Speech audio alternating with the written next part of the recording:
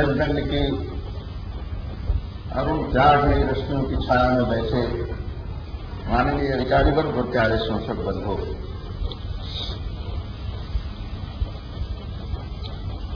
हम नव वर्ष प्रतिपदा के महोत्सव के उपलक्ष्य में नव वर्ष की पूर्व संध्या को यह महोत्सव मना रहे हैं।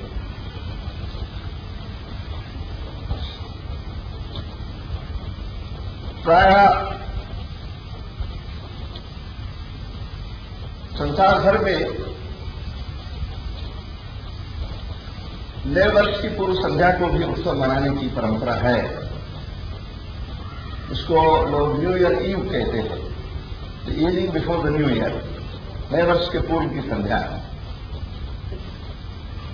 इसलिए इस दृष्टि से आज का ये उत्सव भी बहुत महत्वपूर्ण बन जाता है। एक वर्ष की परिपूर्ति हुई और नव वर्ष के आगमन से पूर्व हम विगत वर्ष की गति प्रगति पर विचार करके आगामी वर्ष की अगवानी के लिए मंगल कामनाएं करते हैं।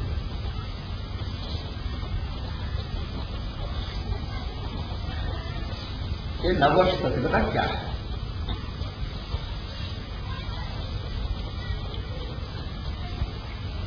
वेद के मंत्रों में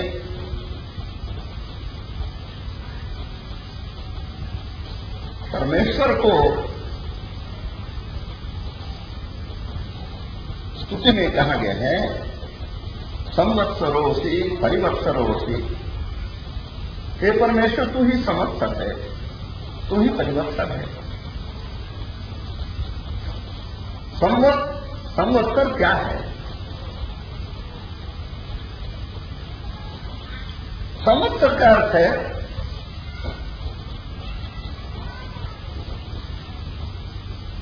वर्ष की वह प्रथम प्रथा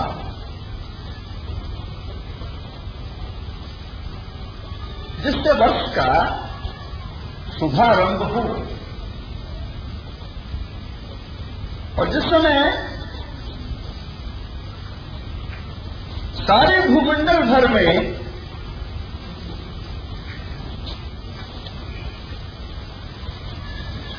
एक साम्यावस्था हो। संवत्सर अर्थात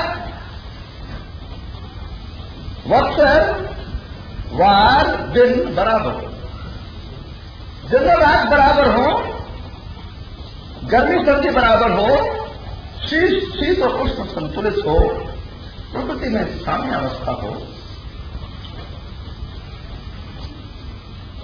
उस विशेष घड़ी को जिस समय ये सब हो,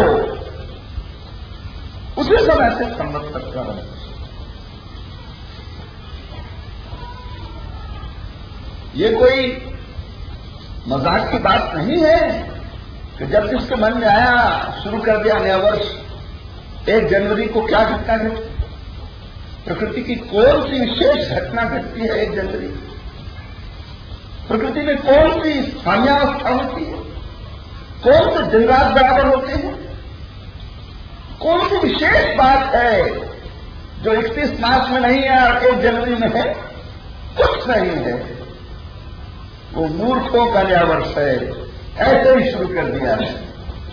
वास्तव में उस नए वर्ष के पीछे केवल एक रोम के एक मूर्ख पादरी की और मूर्खता का इतिहास छिपा हुआ है। क्योंकि सारे संसार भर में इसी समय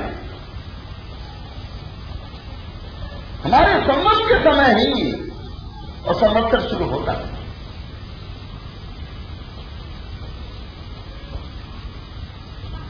अभी 1-2 दिन में समाचार में आप पढ़ेंगे, ईरान ने नवरोज का दिन मनाया। नवरोज में नए रोज का, उनका नया वर्ष अभी भी इसी से शुरू होता है। एक दो दिन में आप समाचार पढ़ेंगे कि थाई देश में, जिसका थाईलैंड कहते हैं, सियाम ने नववर्षोत्सव मनाया। उनका इतनी से शुरू होता है।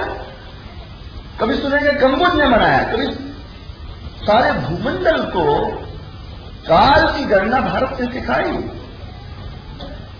और सारे यूरोप में भी यही चलता था। उसका प्रमाण मैं आपको दे रहा हूं। स्वयं रोम के विश्वविद्यालय में इस विषय पर हमने कुछ शोध पत्र दिए। India contribution in the formulation of modern calendar system. आजकल के कैलेंडर सिस्टम को बनाने में भारत की देर, आधुनिक काल गणना में भारत की देर। सिर्फ रांची, पटना, भागलपुर रेडियो स्टेशन से इस पर मेरी वार्ताएं रखी, उस पर वार्ताएं हुई। वो क्या दिन है? सिर्फ संवत की दिन बता रहा हूं, बाकी सब तो बड़ा परेशान हो जाएगा कि जब दिन रात बराबर होते हैं, उत्तरी गोलार्ध में भी, दक्षिणी गोलार्ध में पूरे 12 घंटे का दिन, पूरे 12 घंटे की रात थी। गर्मी और सर्दी तुलना में तोल के बराबर, शीतोष्ण में संतुलित, बाहर की प्रकृति और अंतर प्रकृति संतुलित। उस समय जब प्रकृति में कोई क्षोभ नहीं, प्रकृति में कोई आंदोलन नहीं, प्रकृति में कोई उत्पात नहीं, न तेज आंधी बवंडर है, न तेज वर्षा है, न तेज घाम है, न तेज शीत है, सब संतुलित है। उस ऋतु का नाम है वसंत ऋतु। उस वसंत ऋतु को वेदों ने कहा मुखम ऋतु नाम ही कुसुमाकरा। ये कुसुमाकर ऋतु सब ऋतुओं की मुखिया है। सब ऋतुओं की मुखिया कौन हो? मुखिया आगे नेता की तरह आगे चलता है।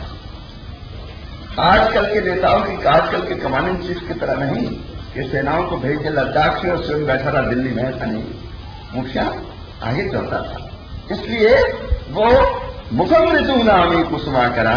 ये कुसुमाकर सब ऋतुओं की मुखिया है, इसलिए सबसे आगे आगे चलती है। तो सब से पहले यही बसंत ऋतु आती है, इसलिए इसी से वर्षारंभ होता है। और बसंत का परिपाक कब होता है? जो होली उत्सव आपने मनाया, ये बसंत का परिपाक है, 15 दिन पहले। लेकिन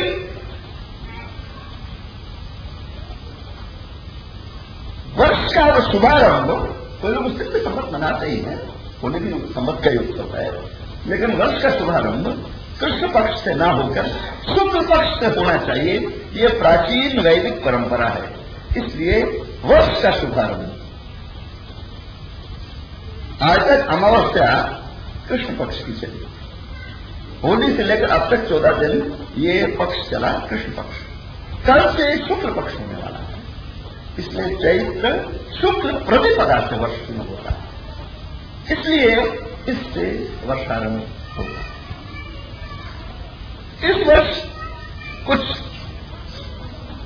मलमास होने से हमारा ये संवत का दिन कुछ आगे बढ़ गया है, अप्रैल में मना रहे हैं।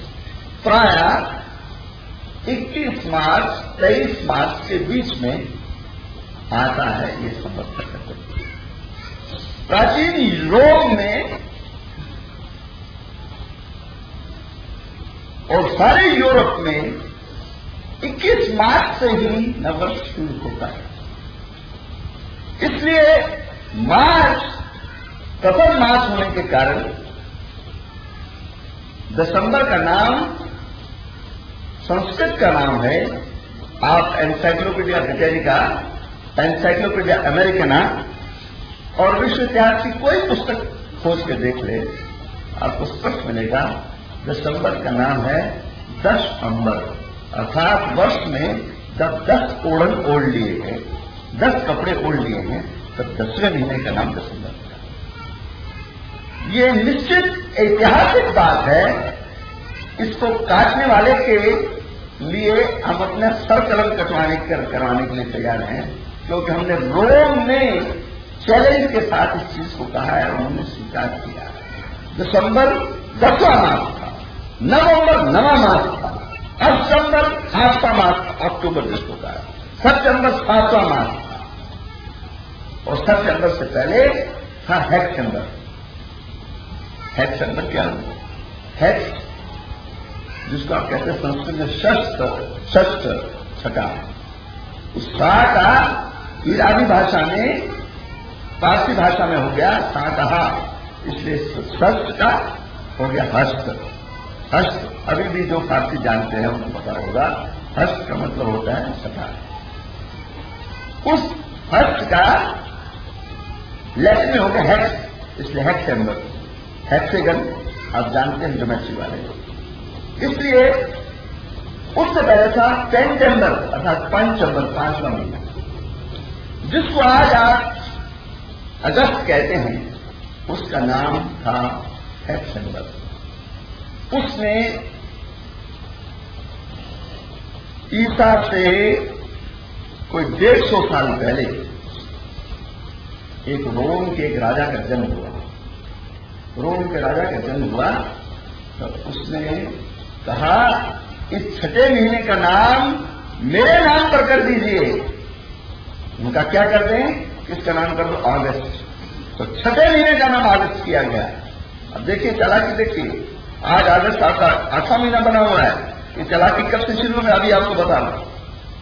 तो छठे महीने का नाम जो हेक्टेंबर था उसका नाम अगस्त किया गया, क्योंकि किंग अगस्त का जन्म उसमें हुआ, ईसा से 200 साल पहले। चलता रहा। फिर ईसा से 57 वर्ष पहले जब भारत में सम्राट विक्रमादित्य का राज्य था, तो लगभग उसी समय रोम में जो यूरोप का विक्रमादित्य कहा जाए, बड़ा प्रतापी राजा था जूलियस सीजर। उस जूलियस सीजर का राज्य, जूलियस सीजर विक्रमादित्य सबका नहीं थे। तो जूलियस सीजर का जन्म हुआ 5वें महीने में, इसलिए उसने कहा इस 5वें महीने पेंटेंबर का नाम मेरे नाम पर कर दो, जुलाई। तो जुलाई 5वां महीना था जी, भूल में मत रहिएगा। आज आप 7वां महीना कहते हैं, कहां गोलमाल हुआ है मैं आपको बताने वाला हूं। जुलाई 5वां महीना था, अगस्त 6वां महीना था, सितंबर 7वां महीना था। जुलाई का जुलाई से पहले पेंटेंबर नाम, अगस्त का अगस्त से पहले हेक्टेंबर नाम, अर्थात पेंटेंबर 5वां महीना, हेक्टेंबर 6वां महीना, सितंबर 7वां महीना, अक्टूबर 8वां महीना, नवंबर 9वां महीना, दिसंबर 10वां महीना। ये क्रम चलता है। जब ये क्रम चल रहा था, चलते चलते 1587 तक ये क्रम चलता है। 1587 में रोम में एक पोप हुआ। उस पोप का नाम था पोप ग्रेगरी। उस पोप ग्रेगरी ने रोम के राजा को कहा कि हम लोगों ने बहुत वर्षों तक लीप के वर्ष के दिन हमने 28 रखे, 29 नहीं रखे, इसलिए हमारे काल की गणना में कुछ फर्क पड़ गया। जो महीना, जो वर्ष 4 पर भाग हो जाए उसको लीप का वर्ष है। उसने फरवरी के 28 से बजा 29 दिन होते। उसने कहा कि हम 28 मिलते रहे, इसलिए हमारी गलती हो गई। तो इस गलती को सुधारने के लिए हमें कुछ करना पड़ेगा। फरवरी का 28 कैसे बने? सुनो, ये बड़ा रोचक इतिहास। जब अगस्त का जन्म 6ठे महीने में हुआ, तो उसने कहा कि देखो बाकी महीनों के 30 दिन हैं और मेरे महीने के दिन अधिक होने चाहिए, मैं बाहर आ जाऊं, इसलिए मेरे दिन 31 दे दो। तो ज्योतिषियों ने कहा 31 कहां से लाए? उन्होंने कहा फरवरी से छीन लो। फरवरी से छीन लिया, फरवरी के 29 रह गए, तो 1 अगस्त में बढ़ गया, 31 हो गई। जब जूलियस सीजर का राज्य आया, जूलियस सीजर ने कहा 5वें महीने का नाम जुलाई कर दो। लोगों ने अच्छा महाराज कर देते हैं, कहा इसमें भी 31 दिन कर दो। उनका माना 31 कहां से कर? उनका अगस्त तो सिर्फ रोम का राजा था और मैं सारे यूरोप का राजा हूं, दुनिया भर के लोगों को गुलाम बना बना के अपने रथों में बांध कर घसीटता रहा रोम की सड़कों पर। मेरे जैसा प्रतापी राजा कौन होगा? तो मेरे महीने के दिन जो है 30 से जाने से 21 होने चाहिए। उनका 21 दिन होने चाहिए, 21 कहां से? उन्हें फरवरी से एक और छीन लो, तो फरवरी से एक और दिन छीन लिया, इसलिए बेचारी फरवरी के बाद 28 दिन जाएगी, क्योंकि एक छीन लिया जुलाई में, एक छीन लिया अगस्त से। तो पोप ग्रेगरी ने 1587 में कहा कि लीप के वर्ष में 29 दिन होने चाहिए थे। ये गणना हमने नहीं की, इसलिए हमें साल को ठीक करने के लिए 21 मार्च की जगह हमें वर्ष को 1 जनवरी से शुरू करना पड़ेगा और वर्ष को 2 महीने 21 दिन पीछे घसीटना पड़ेगा। राजा ने आज्ञा निकाल दी, इस वर्ष से नया वर्ष अब 21 मार्च से नहीं शुरू होगा, ये 1 जनवरी से शुरू होगा। लोगों ने विद्रोह कर दिया। लोगों ने कहा पोप ग्रेगरी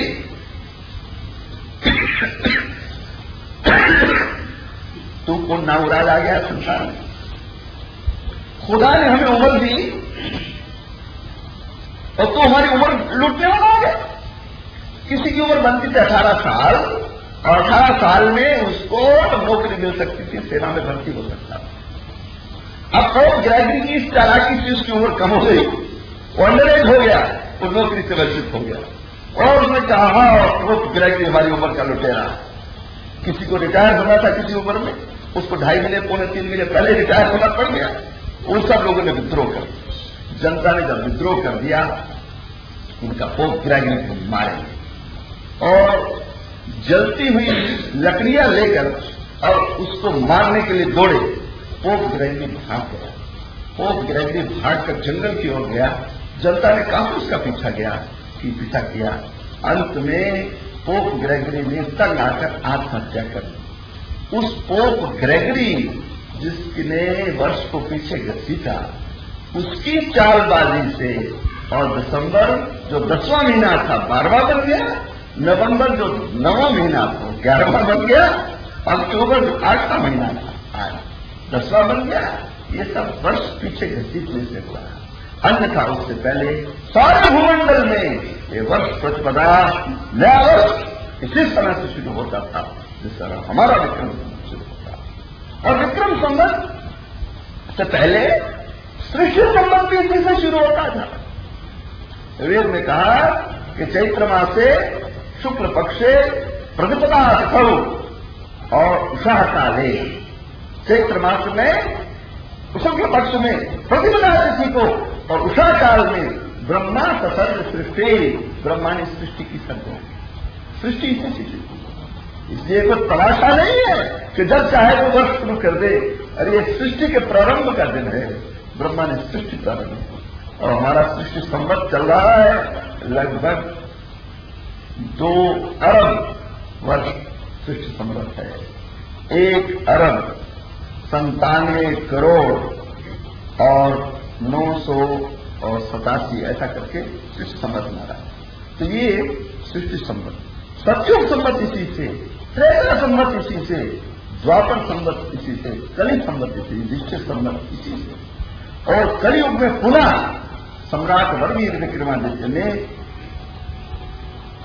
2035 वर्ष पहले, कल से 35 चलने वाला है, अगर 2034 आज तक 34 है, कल सुबह 35 चलेगा, 2035 वर्ष पहले और बर्बर शकों को परास्त करके इस दिन पुनः उसी प्राचीन दिवस को यश देते हुए उन्होंने विक्रम संवत प्रारंभ किया।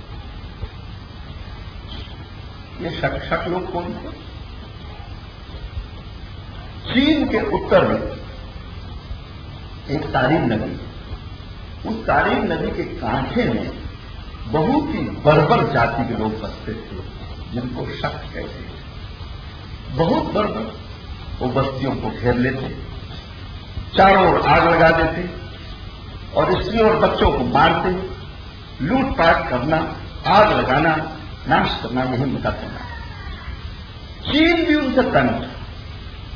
चीन इतना उनसे तंग था कि चीन ने उन शकों के आक्रमणों से बचने के लिए दुनिया की सबसे बड़ी दीवार, दीवार-ए-चीन, जो दुनिया का अजूबा माना जाती है, वो उसने इसीलिए लड़ाई उन शकों से बचा जाए, फिर भी शक उनको तंग करते।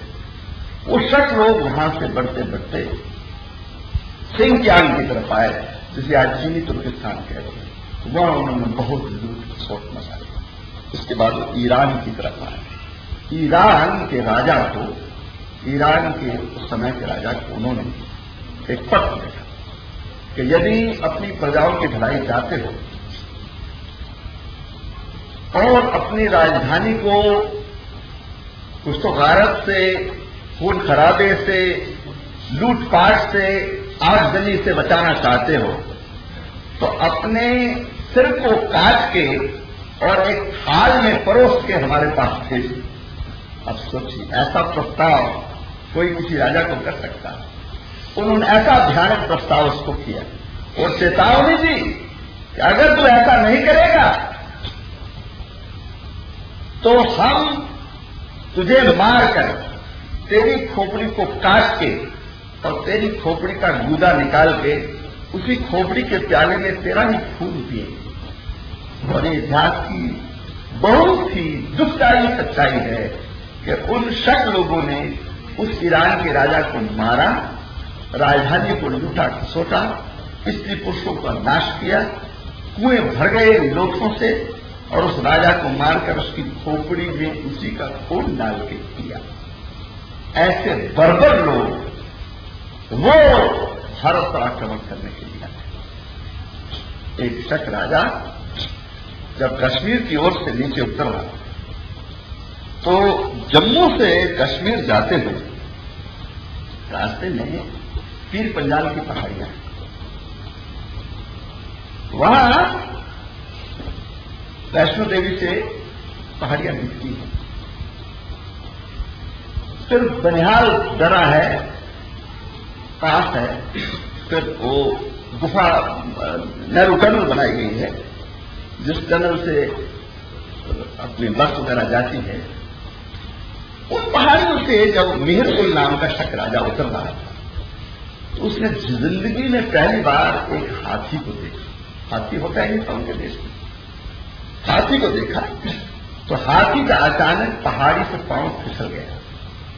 पांव फिसल जाने से हाथी नीचे गिरा और हाथी ऐसे गिरा कि दो तिरछी पहाड़ियों के ढलान के भीतर वो गिरा और नीचे जाकर वो पहाड़ियां इतनी संकरी हो गई थी तो उनके भीतर वो पीठ के बल गिरा और 1000 प्रयास करने पर भी वो अपने शरीर को सीधा नहीं कर सकता और सीधा किए बिना खड़ा नहीं हो सकता।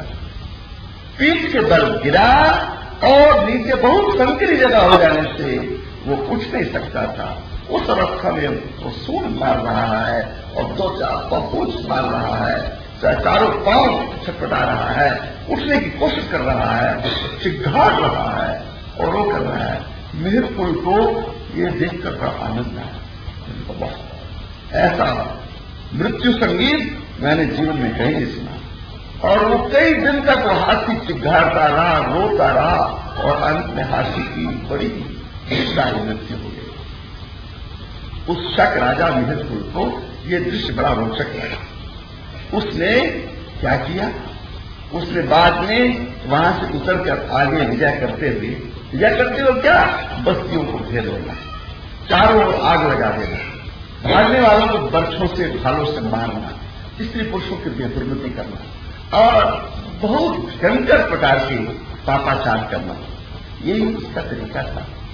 तो जब वो नीचे उतर रहा था तो बस्तियों को लूटा खसोटा मथुरा तक आकर उसने नाश किया और बहुत उजाड़ दिए सारे देश।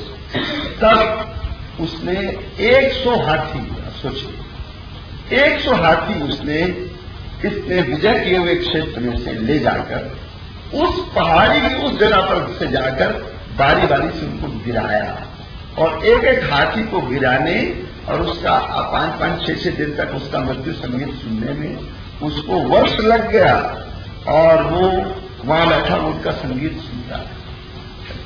उनके मृत्यु के चिघाड़ सुनकर आनंदित होने वाले, दूसरों को दुख देकर, दूसरों को सताकर आनंद मनाने वाले ऐसे पिशाच, नर पिशाच, शरीर तो मनुष्य का है पर पृथ्वी पिशाच भी है। दूसरों को सताना, दूसरों को तड़पाना और इसे सुख मानना। ऐसे शक लोग बढ़ते बढ़ते पहुंच गए उज्जैनी नगर के पास, अवंतिका के पास। वहां पर एक मालव गणराज्य, 200 साल पहले उससे, ये हम आज से 2035 वर्ष पहले की बात कर रहे हैं, उससे 200 साल पहले जब सिकंदर ने भारत पर आक्रमण किया था तो वह मालव गणराज्य पंजाब में था। आप जयशंकर प्रसाद का और पढ़े नाटक चंद्रगुप्त, उसमें आपको संकेत मिलेगा, इतिहास के ग्रंथ में संकेत मिलेगा मालव गणराज्य में। अभी पंजाब के 2 भाग हैं, माझा और मालवा। और मालव लोग वहां थे, उन्होंने सिकंदर की सेनाओं की खूब दुर्गति की थी, ऐसी मार दी थी, सिकंदर परेशान हो गया था, भाग गया। इसलिए वो मालवी लोग थे। ये सारा का सारा जो पेप्सू का इलाका है, ये मालवा का इलाका है। अमृतसर से उधर माझा, अमृतसर से इधर मालवा। और ये मालवे के वीर बड़े बहादुर हैं। इनके नाम पर पंजाब में कई नाम, कई नगर में भी है। एक है मालेर कोटला, मालेर कोटला का नाम था मालवेर कोटला, मालव लोगों का किला। एक है मलोद, इसका नाम था मालवोदय। इस तरह से मालवों का यश यहां भी था। उसके बाद किसी ऐतिहासिक उथल पुथल से ये बढ़ते बढ़ते और चले गए मध्य प्रदेश की तरफ और जाके उज्जैन के आसपास बसते थे। और आज से 2035 वर्ष पहले जब शकों का हमला हुआ तब मालव गणराज्य वहां था, वहां उज्जैन के पास। और उस मालव गणराज्य को गणराज्य था, गणराज्य अर्थात गणतंत्र, रिपब्लिक। और उस गणतंत्र का अध्यक्ष था वीर विक्रमादित्य, मालव गणाधिपति, मालव गण का अधिपति। लोगों ने उसको सम्मान से राजा विक्रमादित्य लिखना शुरू किया, लेकिन वो वास्तव में मालव गणाधिपति। जैसे भगवान कृष्ण ने कभी राज्य नहीं किया, और कृष्ण महाराज कृष्ण महाराज कृष्ण महाराज तो आदर से महाराज कहते हैं, महाराज महाराज, तो वो तो राज्य नहीं किया, तो महाराज का प्रश्न क्या? वो क्या थे? वो वृष्णि गणराज्य था द्वारिका में, तो भगवान कृष्ण उस वृष्णि गणराज्य के अध्यक्ष थे, इसलिए गणराज्य। इस तरह से राजा सुदोधन बुद्ध के पिता को राजा सुदोधन, राजा नहीं था वही सुदोधन भी वहां पर एक गणराज्य था, उस गणराज्य का अध्यक्ष था। इसलिए भारत के प्राचीन काल में गणराज्य थे और मालव गणराज्य का अधिपति, मालव गणराज्य का अध्यक्ष था विक्रमादित्य, वीर पुरुष। वह गया महाकाल के मंदिर में। उस नरकेशरी विक्रमादित्य ने महाकाल के मंदिर में जाकर और अपनी खड्ग निकाल के और अपनी भुजा का रख शंकर भगवान को चढ़ा के प्रतिज्ञा की, ये शंकर भगवान, लोग आपका जलाभिषेक करते हैं, मैं आपका रक्ताभिषेक कर रहा हूं। इस प्रतिज्ञा के साथ मैं अपनी रक्त की अंतिम बूंद भी इस राष्ट्र के ऊपर आई हुई विपत्ति को निरस्त करने में लगा दूंगा, और जब तक मैं इन शकों को इस देश से खदेड़ कर बाहर नहीं फेंक दूंगा, तब तक मेरी ये अपराजित खड्ग पुनः म्यान में नहीं जाएगी। इस प्रतिज्ञा को करके वो नरवीर निकला। उसने मातृभूमि के लिए प्राण उत्सर्ग करने वाले वीरों की टोलियां जमाई और इन बर्बर शकों को, नर पिशाचों को खदेड़ना शुरू किया और इनको खदेड़ते खदेड़ते इस हिंदू कुश के पार फेंक दिया, और जिसको हम लोग सिंधु द्वार कहते थे, उसको मुसलमानों ने अपने आक्रमणों के बाद दर्रा खैबर कहना शुरू किया। और दर्रा खैबर नाम का एक नगर अरब में है, आपको लज्जा माननी चाहिए। अरब के नगर के नाम पर उसको दर्रा खैबर नाम दे दिया, वो सिंधु द्वार था, इसलिए उसके पार खदेड़ दिया।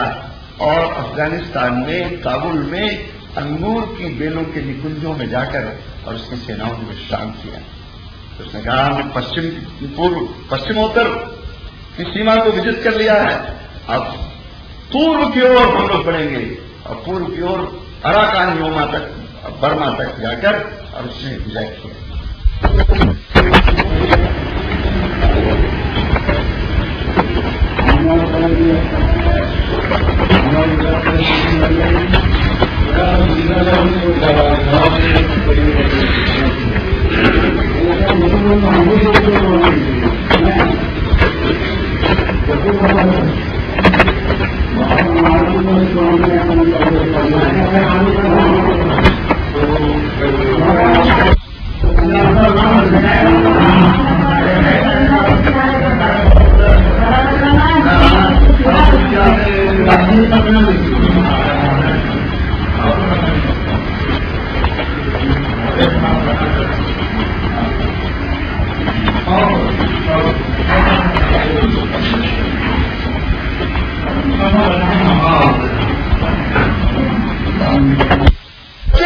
स्वाधीन तब होगा जब देश का बच्चा बच्चा ऋण मुक्त हो जाएगा। उनका मेरी प्रजाओं में से किसी को किसी का ऋण देना हो, एक पैसा भी किसी का चुकता करना हो, जो जिसका ऋणी होता है उसकी आंखें सदा साहूकार के सामने झुक जाए, वो गुलाम रहेगा। चाहे किसी विदेशी का राज्य ना हो, लेकिन उसके ऊपर किसी के लिए वे धन का राज्य बना हुआ है, इसलिए वो उसका गुलाम है, उसके सामने झुकता है। मेरी प्रजाओं में कोई भी किसी का ऋणी नहीं रहेगा। जिसने जिसका जितना ऋण देना हो आके हमारे दरबार में बताओ, हमारे कार्यालयों में बताओ, राजकोष से सबका ऋण चुकता कर दिया जाएगा। और सम्राट विक्रमादित्य ने राजकोष से बच्चे बच्चे का व्यक्तिगत का ऋण चुका दिया। अब उसने कहा अब सच्चे अर्थ में मेरी प्रजाएं भयमुक्त हैं, ऋणमुक्त हैं, आपदा मुक्त हैं। अब मैं इस परम पवित्र नववर्ष प्रतिपदा के दिन सम्मत होता। उसने लोगों ने कहा इसका नाम है विक्रम संवत क्यों से करना है? विक्रम संवत मत। मैं कौन हूं? मैं तो एक गणराज्य का अध्यक्ष हूं। ये इस युग इस संवत का नाम कृत संवत है। विक्रमादित्य ने अपने समय में इसका विक्रम संवत नाम नहीं रखा, उसने कृत संवत नाम रखा। कृत सत्युग का संवत। इस देश में पुनः सत्युग आ गया। सत्युग कैसे आ रहा है? तैत्तिरीय ब्राह्मण में कहा कली शयानो भवति, सोए हुए व्यक्ति के लिए कलयुग आ जाता है। और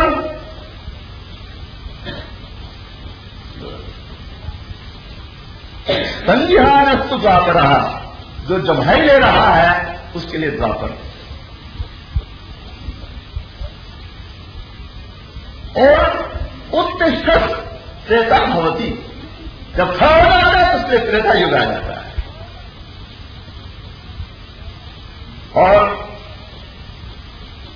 जुता कृतम भवति चरतवान, जब आदमी चलने लगता है, दौड़ने लगता है, कृतम संपद्यते चरण, जब चलने लगता है तो उसका सत्युग हो जाता है। जो राष्ट्र सोया हुआ है वो कलयुग में है, जो राष्ट्र जमाई ले रहा है वो द्वापर में है, जो राष्ट्र उठ के खड़ा हो गया है वो त्रेता में है, जो राष्ट्र वेग से चलने लगा है, गतिवान हो गया है, वो राष्ट्र सत्युग में है। इसलिए उसने कहा कि इन पापी नराधम शतों को निरस्त करने के लिए पूरा राष्ट्र खड़ा होके और वेग से खड़ा है, शत्रु को खड़े के बाद फेंक दिया है। इसलिए ये सत्युग है, इसलिए कृत संवत नाम। तो कृत संवत नाम चला। कुछ देर के बाद लोगों ने उसको परिचय करने के लिए लगभग 3री-4री शताब्दी में उसका नाम रख दिया मालव गण संवत, क्योंकि मालव गणराज्य का संवत था, मालव गण संवत। और 8वीं-9वीं शताब्दी में जब यशोधर्मा ने पुनः हुणु को प्राप्त किया, तब उसने इस प्राचीन संवत विक्रम संवत को परिचय देने के लोगों कहा है विक्रम संवत। तो सम्राट विक्रमादित्य ने इसको संस्थापित किया, इसलिए विक्रम संवत।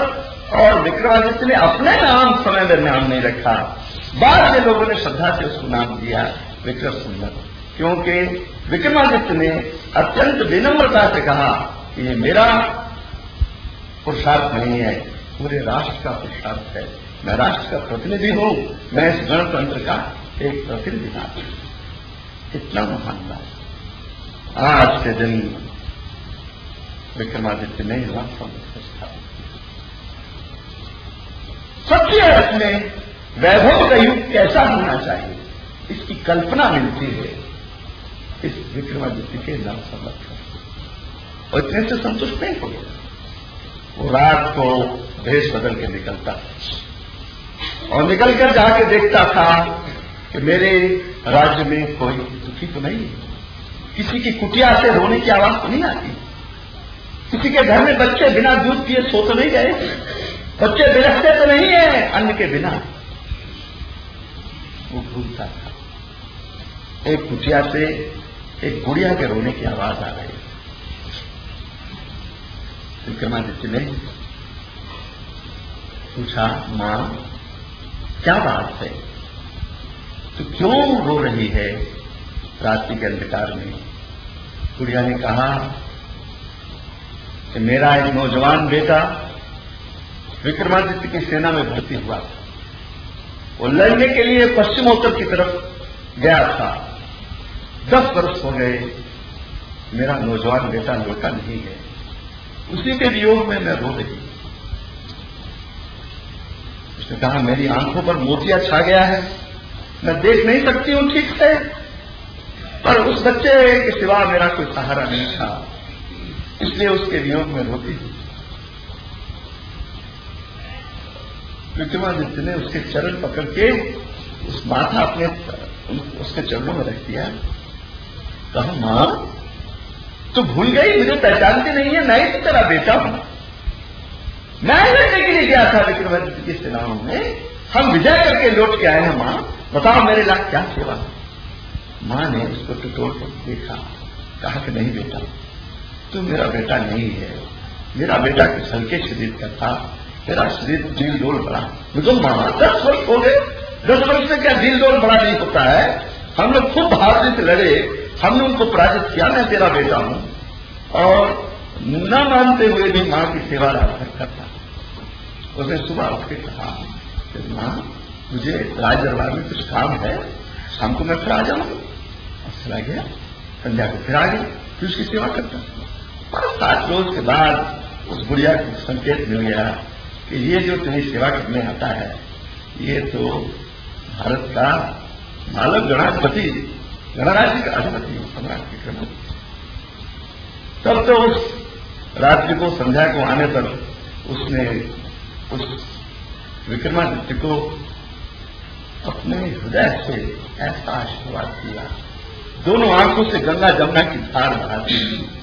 उस मां ने कहा, हे विक्रम, तेरे जैसा पुरुषार्थी, तेरे जैसा वीर, तेरे जैसा प्रतापी राजा सारे भारत का स्वामी होकर मेरे जैसी एक निर्धन बुढ़िया की सेवा करने के लिए मेरे पास आता है। ये बेटा मैं आशीर्वाद देती हूं, तू मेरा बेटा बन के आया है, मैं आशीर्वाद देती हूं, जब तक ये चंद्र सूर्य तारा गण रहेंगे तेरा यश संसार में अमर रहेगा, बच्चा बच्चा तेरे यश के तराने गाएगा। हे बेटा, तेरे यश को कोई मिटा नहीं सकेगा। उस बुढ़िया के आशीर्वाद में मानो साक्षात भारत माता का आशीर्वाद है। और आज सचमुच पानी भरने वाली परिहार में भेड़ बकरी चलाने वाले और चरवाहे, खेतों में काम करने वाले किसान, खेती हर लोग, घरों में रहने वाले, नगरों में रहने वाले, वनों में सब लोगों की जिह्वा पर विक्रमादित्य का नाम है। बच्चा मां से कहता है, नानी से कहता है, मां विक्रमादित्य की कहानी सुना, विक्रमादित्य की कहानी सुना। विक्रमादित्य का सिंहासन देश के करोड़ों करोड़ लोगों के हृदयों में पिछले 2035 वर्षों से स्थापित हो चुका है। उस सिंहासन को कोई लूट नहीं सकता। तो विक्रमादित्य एक बार राज्य को और घोड़े पर जा रहा था देखने के लिए प्रजाओं का हाल, एक खेत के भीतर से गया। तो खेत के रखवाली के लिए 2-4 लोग बैठे थे। गए, क्या किधर जाता है? तो क्या बात है, अंधा है, देखता नहीं है? खेत हल चलाया हुआ खेत है, बीज बोया हुआ है, उसके भीतर से घोड़ा दौड़ा के ले जाना। उसने कहा भूल हुई। तो भूल क्या हुई? गांव का नियम है, जो जोते हुए खेत के भीतर से और चलेगा, घोड़ा दौड़ाएगा, उसको 50 घोड़ा दंड मिलेगा। विक्रमादित्य घोड़े से उतरा और अपनी पीठ नंगी कर दी, 50 घोड़े खा लिए। यह था न्यायकारी विक्रमादित्य, जो न्याय को सदा नमस्कार करता है। मेरी प्रजाओं ने कुछ नियम बनाए हैं, मुझे सम्राट होने का मतलब यह नहीं है कि मैं जो मर्जी धांधली करता रहूं, जो मर्जी अपराध करता रहूं, और कोई बोले तो उठाकर विषा में बंद कर दूं और डीआईआर में बंद कर दूं, शिक्षों में डाल दूं और देश के ऊपर इमरजेंसी लागू कर दूं, कुछ कर दूं। ये न्याय का सम्मान करने वाला वो विक्रमादित्य था। उसकी हजारों ऐसी गाथाएं आप सब जानते हैं। आपने उसके न्याय की वो कथा अवश्य जानी होगी कि उसके दरबार में 2 स्त्रियां एक बच्चे पर झगड़ा करती हुई आई। एक ने कहा ये बच्चा मेरा है, दूसरे ने कहा मेरा है। बच्चा एक स्त्री का था। दूसरी उल्टा जो थी, उसने क्या किया कि उसने अपना बच्चा उसका था नहीं, इसका बच्चा उसने छीन लिया था और उसको अपना बच्चा कह रही थी ताकि वो निपूती हो जाए और ये उस बच्चे के साथ मनमानी करे। तो विक्रमादित्य के दरबार में जब ये मामला आया, दोनों अपना अपना पक्ष कहेंगे, बच्चा मेरा है, मेरा है, मेरा है। तो विक्रमादित्य का अनोखा न्याय था। विक्रमादित्य का अच्छा दोनों माता कहती है मेरा है, तो कहा मंत्री को गाने हुए, मंत्री उठो, दोनों को आधा आधा काट के बांट दो, तलवार उठा के 2 टुकड़े कर दो और इन दोनों को काट दो। दोनों से अपना कहती है। तो जो ही तलवार उठाना था, तो सच्ची मां थी, तो हाहाकार रचना ईश्वर के वास्ते मेरी आंख के सामने मेरे कलेजे के टुकड़े को मत काटो, बेशक कि किसी दूसरे को दे दो, लेकिन काट लो मत। और दूसरी जो उल्टा थी और वो मन प्रसन्न हो रही है। तो विक्रमादित्य तुरंत समझ गए ये तो उनकी परीक्षा थी, न्याय का ढंग था उनका। उन्होंने बच्चा को मां को दिया और दूसरे को खूब दंडित किया। तो विक्रमादित्य के सिंहासन की कथा भी आपने सुनी होगी और परम पूज्य डॉक्टर साहब के और शरीर शांत होने के बाद जब परम पूज्य गुरु जी ने सब संघ चालक का पद लिया तो उन्होंने उसी विक्रमादित्य की कथा को सुनाया प्रथम भाषण में ही कि विक्रमादित्य का एक सिंहासन एक टीले में दबा हुआ था और उस गांव में लोगों को कुछ भी न्याय करवाना होता था तो न्याय ठीक से नहीं होता था। एक चरवाहे का लड़का था, उसको लोग कहते थे, तो वो उस टीले पर बैठकर जो न्याय करता था वो सब कुछ स्वीकार होता था। वो बिल्कुल शुद्ध न्याय करता था टीले पर बैठ के। तो उस टीले पर बैठ के न्याय करने से उसका न्याय ठीक होता, और वैसे कुछ न्याय करता तो न्याय गलत होता। तो बाद में खुदाई में देखा गया उस टीले के नीचे विक्रमादित्य का सिंहासन दबा हुआ था और उस सिंहासन के कारण से हजारों वर्षों के बाद वो टीले, उसके ऊपर जो टीला बन गया था, उस टीले पर बैठने वाला गडरिये का बच्चा भी न्याय ही करता। तो परम पूज्य गुरु जी ने सरसंघ चालक का पद संभालते समय कहा कि गडरिये का बच्चा भी विक्रमादित्य के सिंहासन पर बैठकर उस टीले को बैठ के न्याय ही करता है। उन्होंने कहा कि मैं तो संघ के सरसंघ चालक के पद के योग्य नहीं हूं, लेकिन जैसे गडरिये का बच्चा भी सिंहासन पर विक्रमादित्य के सिंहासन पर बैठ के न्याय ही करता है, तो विक्रमादित्य के इस पावन विक्रम संवत के दिन जिनका जन्म हुआ, उन परम पूज्य डॉक्टर साहब के द्वारा संस्थापित इस संघ के इस पद को जो मुझे सौंपा गया है, उनके और द्वारा प्रतिष्ठित इस पद पर बैठकर शायद मुझ गडरिये के बच्चे से न्याय ही होगा, ऐसा परम पूज्य गुरु जी ने अपने बारे में कहा। तो यह सम्राट विक्रमादित्य का अलौकिक यश था और वह यश अमर यश है। अरब में, अरबी भाषा में विक्रमादित्य की स्तुतियां मिली। मैंने पहले भी कभी आपसे संकेत किया होगा, एक पुस्तक है इराक सरकार ने छपवाई है, सैरुल ओफूल, कविता के बाद की सैर। लोगों ने चुनौती दी अरब को, इराक को, अरबी भाषा वाले देशों को कि आप जितनी कविता लोगों को बताते हैं, साहित्य बताते हैं, और इस्लाम के बाद का बताते हैं, क्या इस्लाम के पहले अरब देश नहीं था या अरबी कविता नहीं थी? यदि थी तो उसके नमूने कहां हैं? तो इराक सरकार ने सारे संसार से अपील की कि जिसके पास पुरानी अरबी कविता के जो नमूने हों वो हमें देवे और हम उसका बड़े से बड़ा पुरस्कार देंगे। अरबी कविता के बहुत से नमूने जो इस्लाम के पहले के थे नष्ट कर दिए गए इस्लाम के आने के बाद, लेकिन कुछ नमूने इस तरह से बचे थे कि जो वहां का काबा शरीफ, मक्का में जो बड़ा मंदिर, काले रंग का पत्थर के देवता का मंदिर जिसको मक्केश्वर महादेव कहते थे, वो वास्तव में एक विशाल शिवलिंग था। अभी भी वो शिवलिंग ही है, उसको काबा कह के पूजा जाता है। उसके इर्द गिर्द 360 और मंदिर थे, बीच में बड़ा देवता था, इर्द गिर्द 360 देवता के मंदिर थे। और उसमें शिवरात्रि के अवसर पर बहुत बड़ा कवि सम्मेलन होता था। उस कवि सम्मेलन में जो सर्वश्रेष्ठ कविताएं होती थी, उन कविताओं को लेदर के स्क्रोल पर, चमड़े की पट्टियों पर सोने के अक्षरों से खुदाई करके और उस मंदिर में टांगा जाता था। वो लेदर स्क्रोल जो है वो बड़ी कीमती वस्तु हो गया।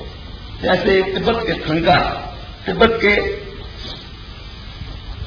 मंदिरों में टांगने वाले चित्र बड़ी दुर्लभ चीज हो गई, हजारों रुपए में एक खंगा बिकता है।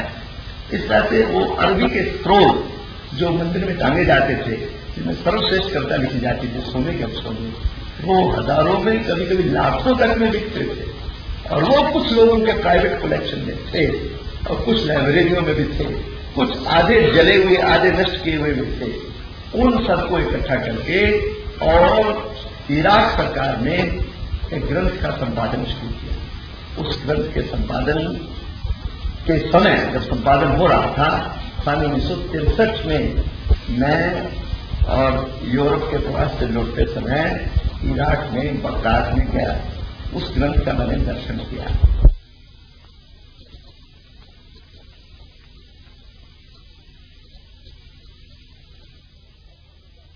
उन अबुल हिकम ने एक कविता में तो कमाल कर दिया। वो कहते हैं, हे महादेव अल्लाह हो, हे अल्लाह के अल्लाह है महादेव। मैं उसका भाव आपको बता रहा हूं, मूल कविता अरबी में मेरे पास है। हे महादेव अल्लाह हो, हे अल्लाह के अल्लाह महादेव। जीवन में आदमी ने कितना भी गुनाह किया हो, एक बार सच्चे हृदय से आपके चरण शरण में आ जाए तो आप उसके सब गुनाह माफ कर दें। वो कहते कि हे महादेव, अल्लाह के अल्लाह महादेव, मैं आपकी चरण शरण में आता हूं, मेरे गुनाह माफ कर दें। फिर वो कहते हैं कि हे महादेव, अल्लाह के अल्लाह महादेव, अगर मैंने जीवन भर में कोई पुण्य कमाया हो, कोई सवाब कमाया हो, तो उससे मेरी एक मनोकामना पूरी कर दी। वो मनोकामना क्या है? वो कहते हैं कि हे महादेव, आपने मुझे धन, जन, भवन, परिवार दिया, बड़ी अच्छी नेक संतानें दी, बड़ी लंबी उम्र दी और बड़ी अच्छी कवित्व शक्ति दी। हे महादेव, मेरा सब कुछ छीन लो, मेरा धन, जन, भवन, परिवार छीन लो, मेरी नेक संतानें, आज्ञाकारी संतानें छीन लो, मेरी कवित्व शक्ति छीन लो और मेरी सारी लंबी उम्र छीन लो और मेरा सब कुछ छीन कर इसके बदले मुझे दे दो सिर्फ एक दिन के लिए भारत का वास। मैं एक दिन भारत में जी सकूं तो यही ना, ये मेरी मुराद है। मैं अपनी आंखों से वेद और गीता के देश का दर्शन कर सकूं, राम और कृष्ण के देश का दर्शन कर सकूं और गंगा और यमुना की धूली को उठाकर अपने आंखों पर चढ़ा सकूं और जिंदगी निहाल कर जाऊं, इसके सिवा मैं कुछ नहीं। ये कविता मैं नोट करके लाया और मैंने दिल्ली में बाबू जुगल किशोर बिरला, जो बिरला बंधुओं में सबसे बड़े थे, उन्होंने एक बार पूछा कि कुछ रोचक प्रसंग सुनाइए, तो मैंने उनको ये बताया कि इराक से ये मैं एक चीज लाया हूं। तो वो सुनते ही उछल पड़े, उनकी आंखों से अश्रुधारा बहने लगी। कहे अरे इस्लाम के पैगंबर के चाचा और भारत में एक दिन जीने के लिए तरसते थे, भारत की इतनी स्तुति करते थे। उन्होंने कहा तुरंत इसको एक बड़े संगमरमर की पट्टी पर खुदवा के और दिल्ली के बिरला मंदिर में लगवा दिया जाए। और तब से दिल्ली के बिरला मंदिर में उसको लगवा दिया गया है। ऊपर मूल अरबी में कविता, नीचे नागरी लिपि में कविता और उसके नीचे हिंदी में उसका अर्थ, नीचे पुस्तक का पृष्ठ पन्ना काला। इसी तरीके से विक्रमादित्य की स्तुतियां, वो विक्रमादित्य के बारे में ऐसा कहा कि हे विक्रमादित्य, जब हम लोग जाहिल थे, हम लोग अज्ञानी थे, जब हमें कोई अकल नहीं थी, हम मवेशियों की तरह पशुओं की तरह रहते थे, हमें धर्म कर्म का ज्ञान नहीं था, जब हमें साहित्य का कोई ज्ञान नहीं था, तब हे विक्रमादित्य तू सूर्य की तरह चमकता था हिंद में, और तूने हमारी भलाई के लिए बड़े बड़े विद्वान हमारे देश में भेजे थे, जिन्होंने हमें इल्म नजूमी सिखाया, जिन्होंने इल्म हिंदसा सिखाया अर्थात गणित सिखाया, ज्योतिष सिखाया, जिन्होंने अदब सिखाया अर्थात कविता सिखाई, जिन्होंने हमें ये औषधि विज्ञान, ये दवा दारू की हिकमत का काम सिखाया। ये सब चीजें हमने हिंदुस्तान से सीखी है। ये आपकी बरकत है, आप इतने उदार थे, आपने हम जाहिलों को, हम बिल्कुल गिरे हुए पशुत्व में जीवन जीने वाले लोगों को आपने हमें इस तरीके से उठाकर और हमें इस योग्य बनाया। ये श्रद्धा के फूल अरबी कविता में विक्रमादित्य के प्रति अभिभूति हो। इसी तरीके से तिब्बत में विक्रमादित्य की स्तुतियां, चीन में विक्रमादित्य की स्तुतियां, एक ईरान में पुस्तक है अराजी बोजी। अराजी बोजी क्या है? अराजी बोजी है कि आराध राजा भोज की कथा है, उसमें विक्रमादित्य की कथा है, विक्रमादित्य भोज की कथा है। वो पुस्तक इतनी प्रचलित है, जो भी हिंदुस्तान से व्यक्ति जाता है उससे लोग मांगते हैं विक्रमादित्य की कथा बताओ, विक्रमादित्य की कथा बताओ, विक्रमादित्य की कहानियां बताओ, विक्रमादित्य की कहानियों की किताब दो। इतना विक्रमादित्य का यश सारी एशिया तक में फैला। उस विक्रम का संस्मरण आज के पुनीत दिन पर हम करते हैं।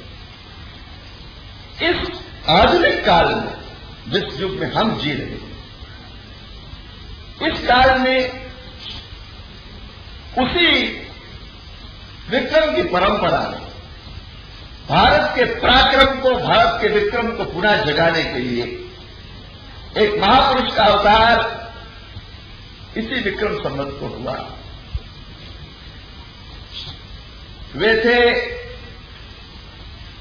परम पूजनीय डॉक्टर केशव बलिराम हेडगेवार, जिनके चित्र को माल्यार्पण इस सभा में प्रारंभ में किया गया, जिनको हमने आद्य सरसंघ चालक प्रणाम किया। आप हैरान हो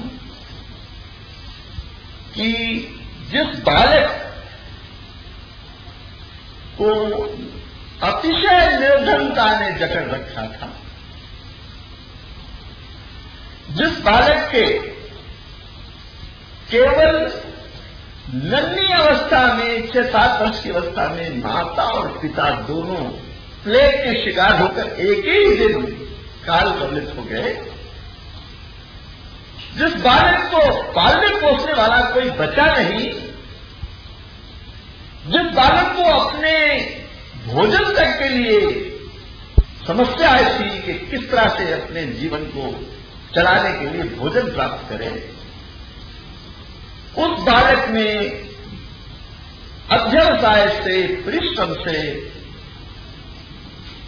ऊंची शिक्षा प्राप्त करके और डॉक्टरी की शिक्षा प्राप्त करके भी अत्यंत अभाव में पले हुए उस बालक ने डॉक्टर बनने के बाद भी एक पैसा, एक कौड़ी अपने लिए नहीं कमाई। उसने सारी योग्यता, सारा जीवन सारा पुरुषार्थ, सारा कर्तृत्व भारत माता के चरणों पर समर्पित किया।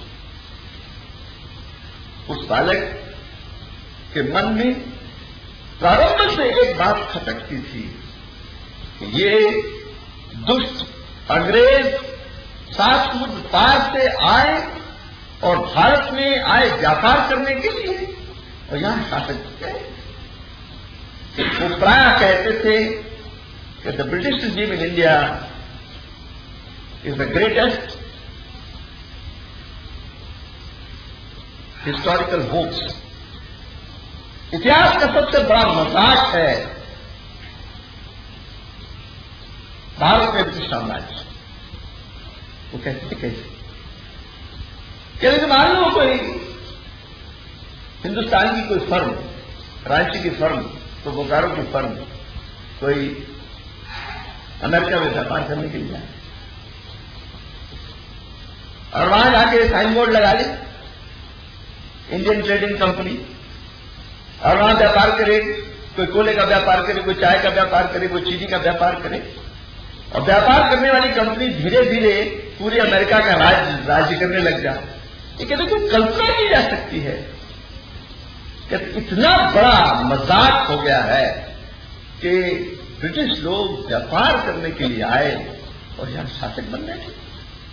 इसलिए उनके मन में बड़ी चुभन होती थी कि ये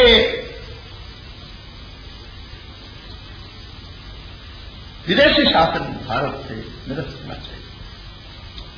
और उससे पहले का 1000 वर्ष का भारत की पराधीनता का काल, ये उनके मन को बड़ा कचोट था। हम सब इतिहास पढ़ते हैं। कल भी मेरे पास एक हिस्ट्री का, इतिहास का एमए पास किया हुआ विद्यार्थी बैठा था, एक दूसरा था रिसर्च करने वाला। उनसे 2-4 क्षण की बातचीत हुई तो मुझे लगा कि केवल पुस्तक ज्ञान, कुछ तथ्य घोट लिए, तथ्य रख लिए, उन तथ्यों को रख के परीक्षा भवन में जाके और रटी हुई चीज को क्या उल्टी करके निकाल दिया, परीक्षा भवन में जाके लिख दिया, मोहर लग गई, एमए पास कर लिए। इतिहास से कुछ सीखा। इतिहास का बच्चा कहता है मैंने इतिहास का पाठ पढ़ लिया, इतिहास का पाठ, क्या इतिहास का पाठ? What is the lesson of history? इतिहास का लेसन क्या है? इतिहास का पाठ क्या है? तब केजरीवाल के मन को यही कचोटता रहता था, इतिहास हमें क्या सिखाता है? क्या केवल किताब में पढ़ लेना, उसको उत्तर पुस्तिका में लिख देना, मास्टर पूछे तो रट के सुना देना, ये इतिहास का पाठ क्या हुआ? इतिहास से हमने कुछ नहीं सीखा। इतिहास कुछ चेतावनियों से भरा हुआ है। इतिहास हमारी भूलों का, हमारे किए हुए राष्ट्रीय अपराधों का लेखा जोखा है। इतिहास हमारे विजय और पराजय की कहानी है, उत्थान पतन की कहानी है। कब हम ठीक रास्ते थे तो विजित हुए, कब हम गलत रास्ते थे तो पराजित हुए। हमें उससे कुछ सीखना है। इसलिए वो यही सीखने के पीछे लगे रहते थे। हमें इतिहास क्या सिखाया? इतिहास ने सिखाया हमको कि देश में राष्ट्रीय चरित्र का अभाव था। इसलिए कोई भी व्यक्ति जरा खैबर में खड़ा होकर देखता भारत की ओर, देखता बहुत या मौज मंगल है, जिसको बोलिए लूट लो, हिंदुस्तान सोया हुआ है, सोए हुए हिंदुस्तान को लताड़ के कोई भी निकल जाए। अत्यंत अफसोस की बातें हैं कि मोहम्मद बिन बख्तियार, जो खुद पहले गुलाम था और बाद में विजेता बनने की उसके मन में साथ हुई, उसने 17 घोड़े लिए, 17 घुड़सवार लिए, 17 घोड़े, 17 घुड़सवार, 17 तलवार, उनको लेकर चला। नैमिषारण्य का तीर्थ जो गोमती नदी के किनारे पर है, वहां पर मार काट मचाई, गोमती नदी का पानी लाल कर दिया। उस तीर्थ का नाम रख दिया यवनपुर, जिसको आजकल आप जौनपुर कहते हैं, यवनपुर। उसके बाद बढ़ा तो बनारस में मार काट मचाई, गंगा का पानी लाल कर दिया। वहां से आया नालंदा विश्वविद्यालय में 10,000 स्नातकोत्तर शिक्षा पाने वाले नौजवान पढ़ते थे, 1,000 आचार्य पढ़ते थे। क्या 10,000 नौजवान काफी नहीं है 17 को खत्म करने? लेकिन दुर्भाग्य देश का, हम बिकते थे, हम करोड़ों थे पर बिकते हुए। अरे हिंदू, तूने बिंदु का जीवन जिया, तूने सिंधु का जीवन नहीं जिया। बिंदु बिंदु करके तू बिखरा रहा, मार खा गया। ये दर्द का चोटता था डॉक्टर हेड के बारे में। तो बिंदु रहा, तो सिंधु नहीं बना। ये तो कोई कारण नहीं था कि 17 सैनिक आकर और 10,000 स्नातकोत्तर शिक्षा पाने वाले, स्नातकोत्तर का मतलब पोस्ट ग्रेजुएट, मतलब बीए के बाद की उपाधियां पाने वाले, ऊंचा विश्वविद्यालय था और साधारण शिक्षा नहीं होती थी, स्नातकोत्तर शिक्षा होती। तो 10,000 स्नातकोत्तर शिक्षा पाने वाले और नौजवान जो सब 18, 19, 20 वर्ष से ऊपर की अवस्था के थे, ऐसे नौजवान वहां पढ़ते थे और 1,000 आचार्य थे। पर 17 सैनिकों की तलवार एक साथ पड़ती थी, 17 एक साथ टूटते थे और हमारे हजारों लोग अलग अलग बिखर जाते थे। हर एक अपना प्राण लेके भागता था। विश्वविद्यालय आग लगा दी, 4-5 महीने तक आग नहीं बुझी। दुनिया का सबसे भरपूर खजाना ज्ञान का धूलिधूसित हो गया। विद्यार्थियों को मारकर बोरों में बंद करके नदी तालाबों में फेंक दिया गया। आचार्यों की दुर्गति हुई। ये कि देश का इतिहास है, चुल्लू भर पानी में डूब मरने वाला इतिहास। ये इतिहास की चेतावनियां हैं। हम इतिहास के पृष्ठों पर इसको पढ़ते हैं तो हमारे दिल में कोई वलवला नहीं उठता, हमारे दिल में बेचैनी नहीं उठती, कोई व्यथा नहीं जागती। अरे तुम लानती भारत के पुत्र नहीं हो, भारत की दुर्गति हो गई। तुम्हें हजारों वर्षों के बाद भी ये दर्द अभी तक दिल को छूता नहीं है। केवाड़ के दिल को ये दर्द छूता था। कहा ये क्यों हुआ, क्यों हुआ ऐसा? हम केवल पढ़ लेते कि आज से 2300 साल पहले मैकेडोनिया का राजकुमार सिकंदर भारत पर हमला करने के लिए आया, तो सिकंदर का हमला हुआ, हुओं का हमला हुआ, शकों का हमला हुआ, पार्थियन का हमला हुआ, स्थितियन का हमला हुआ, यूची का हमला हुआ, और तुर्क का हमला हुआ, तातार का हमला हुआ, मुगल का हुआ, पठान का हुआ, अंग्रेज का हुआ, फ्रांसीसी का हुआ, डच का हुआ, पुर्तगीजी का, यूनानी का हुआ, ईरानी का हुआ, चीनी का, पाकिस्तानी, सब हमले पर क्या कर रहे हैं? ये हेल्पलेस स्पेक्टेटर्स ऑफ हिस्ट्री, इतिहास के असहाय मूक दर्शक। जैसे हमारा कोई रोल नहीं है, हमें कुछ नहीं करना है, हम केवल कहानी पढ़ने वाले आदमी। Merely watching the dagger blows in the bosom of Mother India, Bharat माता की छाती में लगने वाले छुरे के घाव गिनने वाले हम कपूर हैं। भारत माता की छाती में घाव लगा, सिकंदर का हमला एक घाव, मोहम्मद बिन बख्तियार का हमला घाव, मोहम्मद बिन कासिम का हमला घाव, मोहम्मद गोरी का हमला घाव, मोहम्मद गजनवी का हमला घाव। हम घाव मात्र गिनने वाले हैं, हमें कुछ करना नहीं है। जो हमारी मां है, इसके ऊपर तो आक्रमण करे तो हमें कुछ करना है। ये कर्तव्य बोध हमारा नष्ट हो गया।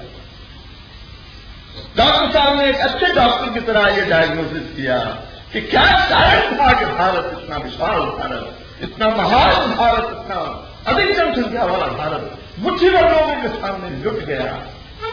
दुनिया के हर कमीने देश ने भारत माता की छाती पर और लात मारी, माथे पर लात मारी, हम देखते रहे। कारण क्या था? उन्होंने क्या देखा? राष्ट्रीय चित्र का अभाव हो गया था। हम लोग व्यक्तिगत जीवन जीने वाले बन गए थे। हमारा बिंदु का जीवन हो गया था, सिंधु का जीवन नहीं था। संगठन हमारा नहीं था, राष्ट्र की वृत्ति हमारी नष्ट हो गई थी। हम भी राष्ट्र के हैं और राष्ट्र के पुत्र हैं, राष्ट्र के प्रति हमारा कर्तव्य है, ये चेतना ही लुप्त हो गई। इसलिए वो इस दिशा में कभी से बचपन से सोचने लगे। इतिहास केवल उनके एक पुस्तक नहीं था, इतिहास उनके लिए कागज के पन्ने पर काली स्याही से लिखे हुए अक्षरों की माला नहीं थी। इतिहास उनके लिए चेतावनियों से भरी हुई एक बहुत बड़ी एक क्रांति की ज्वाला थी, जिससे उन्होंने मन ही मन निश्चय करना शुरू किया मैं क्या करूं। एक उनके घर से कुछ दूरी पर एक किला था, सीतामढ़ी का किला था, उसका यूनियन जैक खड़ा था, अंग्रेज करा दी। उनके मन में निश्चय हुआ है किसी तरह से यूनियन जैक को हटाना चाहिए। नन्हा सा बच्चा और यूनियन जैक कैसे था?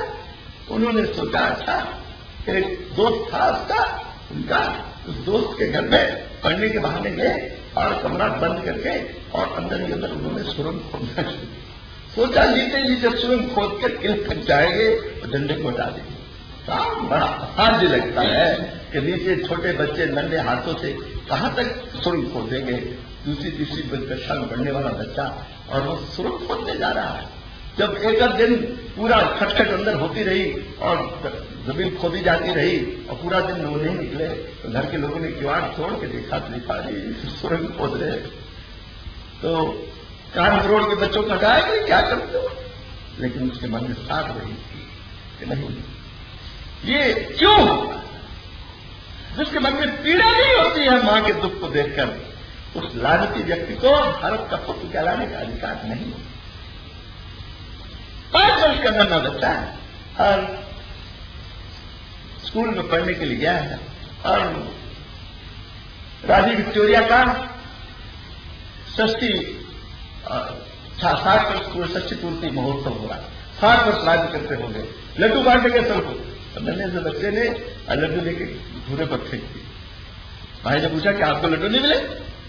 क्या हो गए? क्यों फेंक दिए? विदेशी रानी के भारत पर राज्य करने के 60 वर्ष पूरे होने की खुशी हम भारत के पुत्र बनाएंगे। हम भारत माता के पुत्र होकर भारत पर विदेशी के शासन की खुशी बनाएंगे। क्या नहीं हो सकता? रानी विक्टोरिया के मरने के बाद और एडवर्ड की स्थापना हुई, और जो गंजा बिना ताज वाला था राजा बैठा और उसके राजारों की खुशी में पुनः और बड़ी आतिशबाजी हुई, ये हुई वो। लोग बहुत बच्चों ने कहा चलो केशव देखने के लिए नहीं। तो बहुत लज्जा की बात है, एक विदेशी राजा सिंहासन पर बैठता है और भारत पर शासन कर रहा है, भारत माता को गुलाम बनाया हुआ है और इसकी खुशी भारत के लिए बनाए। हमारी मां को गुलाम बनाने वाले गुंडे के और राज पर बैठने की खुशी हम मनाएंगे क्या? ये नहीं हो सकता। इस तरह से एक राष्ट्रीय वृत्ति उनमें, और इसलिए वो बिल्कुल निर्भीक भाव से चले। उन्होंने वंदे मातरम आंदोलन में भाग लिया। लोकमान्य तिलक ने वंदे मातरम आंदोलन शुरू किया। वंदे मातरम आंदोलन क्या था? उससे पहले कांग्रेस के अधिवेशनों में इंग्लैंड का राष्ट्रगीत गाया जाता था। इंग्लैंड का राष्ट्रगीत क्या था? गॉड सेव द किंग और मोस्ट बिनाइन किंग।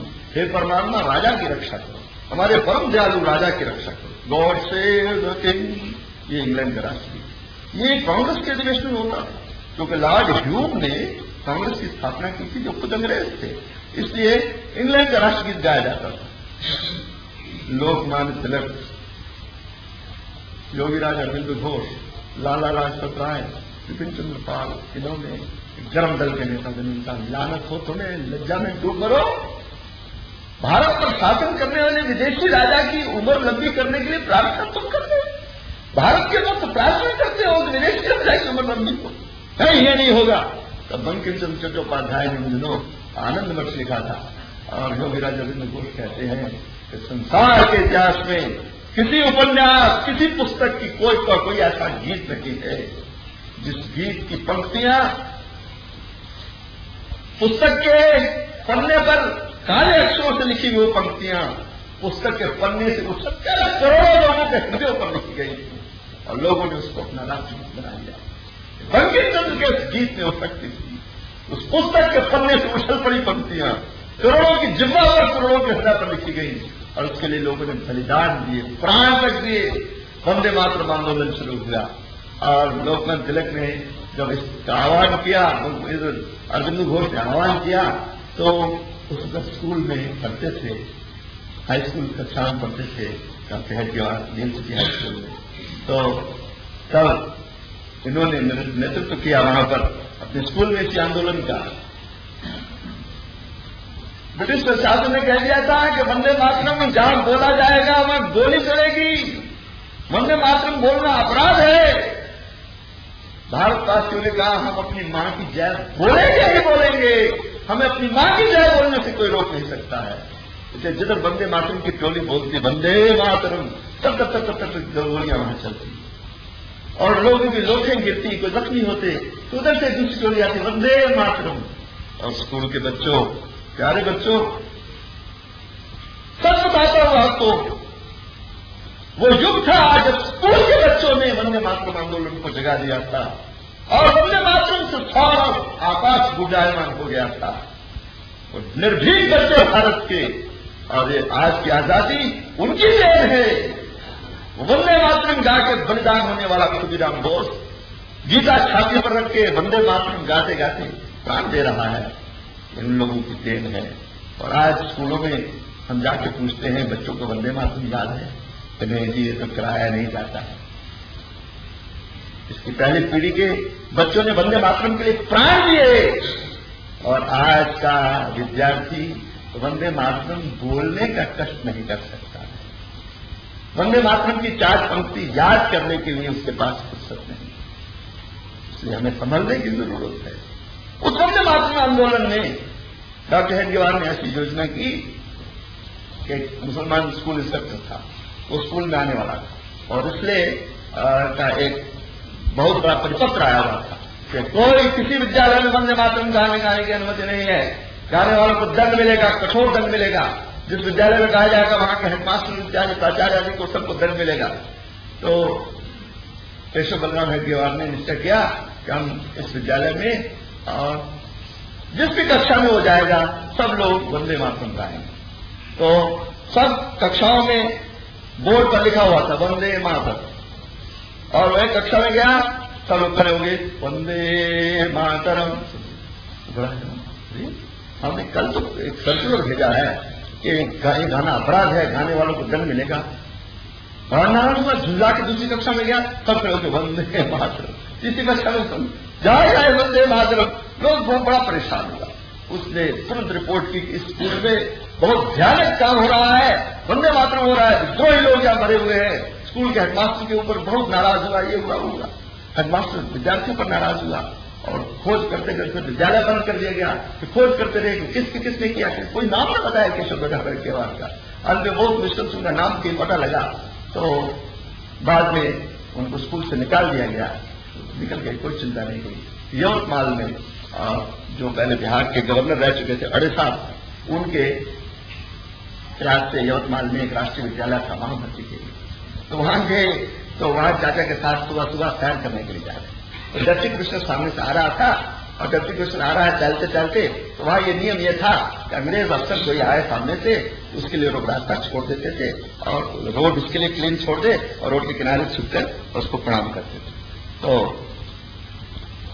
चाचा ने कहा देखो आ रहा है डिप्टी कमिश्नर आ रहा है, अंग्रेज डिप्टी कमिश्नर आ रहा है, तो सड़क पर चलना चाहिए। तो क्यों? भारत की सड़क है, भारत के हम पुत्र हैं, अंग्रेज कोई विदेशी है तो इसको हम प्रणाम करें? ये तो भारत का निकल खा रहा है, हमें प्रणाम करें, हम इसको प्रणाम क्यों करें? तो बड़ा हैरान हुआ। तो लेकिन वही स्थिति हुई जब अंग्रेज अफसर सामने आ गया तो ये केशव बलराम हेडगेवार ने कहा, केशव ये खूब अकड़ के, खूब अच्छी तरह से खूब अकड़ करके इसके सामने से जाने लगा। उसने देखा, उसको लगा बड़ा गुस्ताख लड़का। तो उसने अपने एक दो कर्मचारियों को कहा इसको बच्चों को खिला होते हैं। कौन सा है ये? मतलब केशव ने कहा मुझे जानने की जरूरत क्या है? तो नहीं है, यहाँ के डिप्टी कमिश्नर साहब है, मतलब होते होंगे। तो यहाँ की मर्यादा ये है कि लोग सड़क छोड़ के हट जाते हैं, प्रणाम करते हैं। कोई मर्यादा नहीं है, ये देश मेरा है, मैं अपने देश में चल रहा हूं, मैं विदेशी को प्रणाम क्यों करूं? चाचा ने कहा, दूसरे लोगों ने कहा नहीं करते। नहीं, केशव किसी को भीति नमस्कार नहीं करते, भय से नमस्कार नहीं किया जाएगा। कोई लोग भय से नमस्कार करते, डर के नमस्कार, भय का नमस्कार, नमस्कार नहीं। कोई लोग रीति नमस्कार करते हैं। तो रीत बनी किसी का राम राम जी, राम राम जी। ये थोड़ा कहा उसको वास्तव नमस्कार। कोई दिन का कोई सामने को आ रहा है, कोई छोटा बड़ा कोई आ रहा है, उनका जी प्रणाम प्रणाम, ये रीति नमस्कार, रीत निभाने के लिए नमस्कार कोई करते हैं। और नीति नमस्कार कैसे, देखो काम निकालना है ना, देखो मैं तुम यहां ठहरो, मैं जाता हूं। अंदर अफसर के पास गया, जाके कट कर सजन मारा, और साहब क्या कहे, और आपके दर्शन नहीं होते हैं, हम तो आपके लिए तरसते रहते हैं, आप कभी कभी दर्शन दिया कि हाँ साहब आप ऐसे हैं ऐसे, तो उसकी प्रशंसा की, पुल बांधे, उसको प्रणाम किया, और कभी आवश्यकता हो तो उसका पाउच सुन लिया, ये क्या हो गया। और काम निकालने के बाद और उसके दस्तखत, हाँ साहब ये इस पर दस्तखत करा लिए, और बाहर आके उसको देखा, कहा देखा हमने इसको कैसा गधा बनाया, जिसको प्रणाम किया उसको गधा बनाया। मैंने नीति की थी, कोट नीति का नमस्कार किया, नीति नमस्कार। अरे वास्तविक नमस्कार है प्रीति नमस्कार, जिससे हमारा प्रेम होगा उसको नमस्कार करेंगे, धैर्य से नमस्कार नहीं करेंगे, केवल नीति निभाने के लिए नमस्कार नहीं करेंगे, और केवल नीति नमस्कार नहीं करेंगे, हम प्रीति नमस्कार करेंगे। और प्रीति नमस्कार हमारा होगा मातृभूमि के प्रति। नमस्ते सदा वत्सले मातृभूमि, हे सदा वत्सला मातृभूमि, तुम मातृभूमि को नमस्कार। ऐसा अलौकिक महापुरुष, इनके जीवन की गाथा गाते गाते रात्रि भविष्यति भविष्यति सुप्रभात हो। इसलिए मैं अब कहां तक जाऊं, रोमांच मुझे हो रहा है। जब कलकत्ता पढ़ने के लिए क्रांतिकारियों का संग रहे, और क्रांतिकारियों के साथ रहकर उन्होंने अरविंद जी के संपर्क में आए, वहां भारत माता की और उपासना का व्रत उन्होंने लिया, अनुशीलन समिति में रहे, वहां से फिर लौट के कलकत्ता जब नागपुर आए तो फिर क्रांतिकारियों को एक गोल्डन ट्रायंगल है, दिल्ली कलकत्ता बॉम्बे, इस गोल्डन ट्रायंगल में क्रांतिकारियों को बम सप्लाई करने में, हथियार सप्लाई करने में इसमें अग्रणी भाग लेते रहे। और पंजाब के भगत सिंह, राजगुरु, सुखदेव इत्यादि वो इनके संपर्क में आते थे, और राजगुरु तो खुद नागपुर का स्वरूप था। और जब वहां बम फेंकने के बाद जब लौट के आया राजगुरु, तो उसको उन्होंने भैया जी दान के फार्म में रखाया, डॉक्टर साहब ने, वहां रखा, कहाँ देखा पूना मत जाना, पूना जाओगे तो संकट आ जाएगा। एक बार गलती से राजगुरु चला गया पूना, तो वहां पर पकड़ा गया, तो बाद में फांसी हुई। तो भगत सिंह भी इनके संपर्क में आता था, और ये क्या करते थे कि इन क्रांतिकारियों को बम सप्लाई करने के लिए डॉक्टर साहब काम करते थे, जिसके लिए उन्होंने परीक्षण किया, लोगों को जंगल में ले जाते थे और अनेक प्रकार से टेस्ट लेते थे, परीक्षण लेते थे। और ऐसे लोग इन्होंने खोजे कि जो नौजवान औरत का रूप धारण कर सके और औरत के वस्त्र पहन सके, और मुंह इत्यादि जिसकी ना आई हो या आई हो तो सफाई करके, और वो कंचुकी पहनकर और अपनी छाती में 2 बम यानी छाती में रखकर, स्तन की जगह बम रखकर, ऊपर से कंचुकी पहनकर, ऊपर साड़ी वाली पहनकर, और वो ट्रैवल करे और वो इन क्रांतिकारी को बम सप्लाई करे। ऐसे नौजवान उन्होंने खोजे जो कलकत्ता से लेकर नागपुर तक, नागपुर से बंबई तक, बंबई से फिर पंजाब तक, पंजाब से पुनः नागपुर तक, इससे ट्रैंगल में घूमते थे। ये अद्भुत कार्य करते रहे।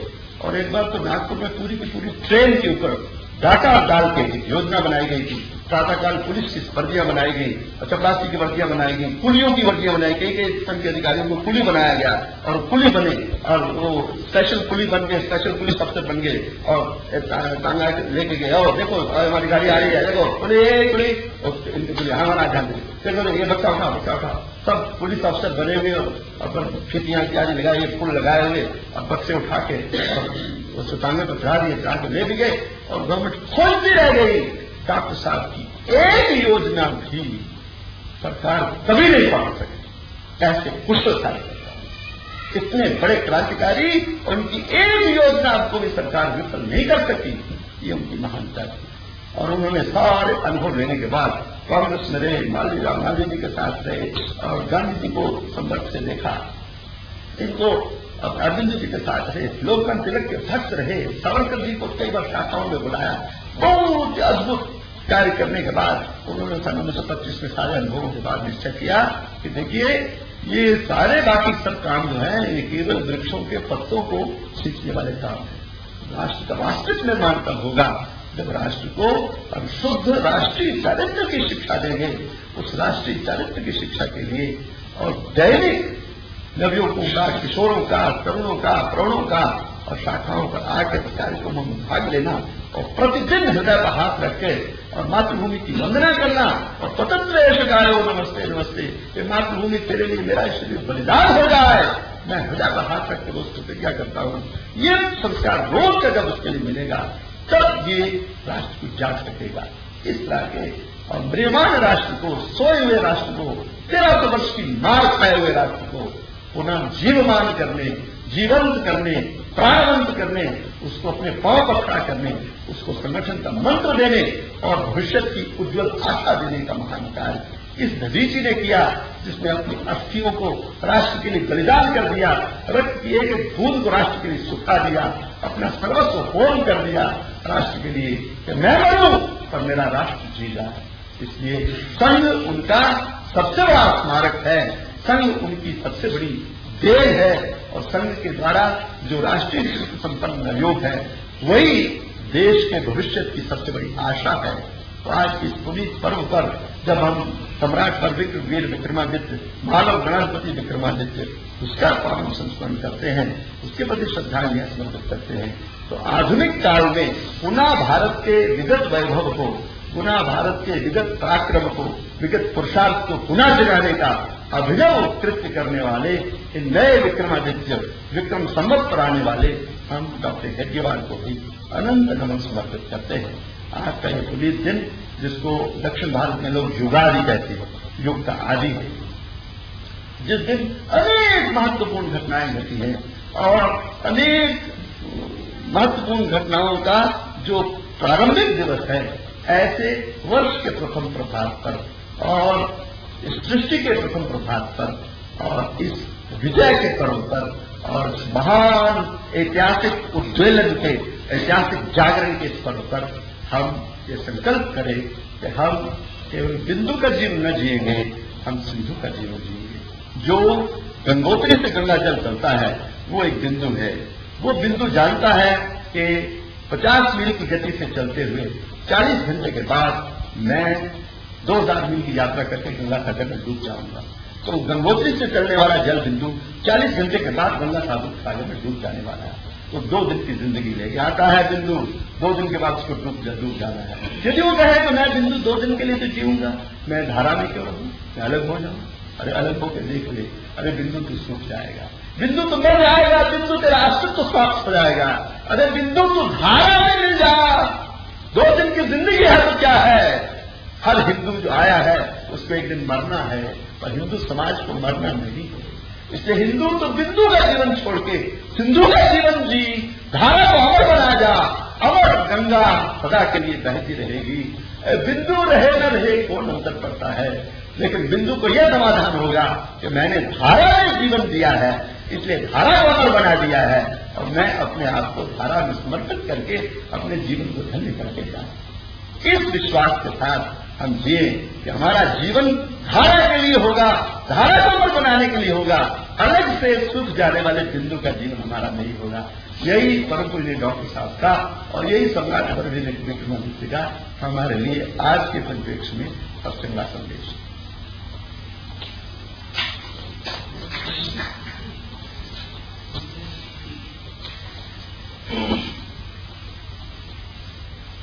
माननीय श्री ओराय जी, संसद बंधुगण, आपका बहुत अधिक समय हो गया है।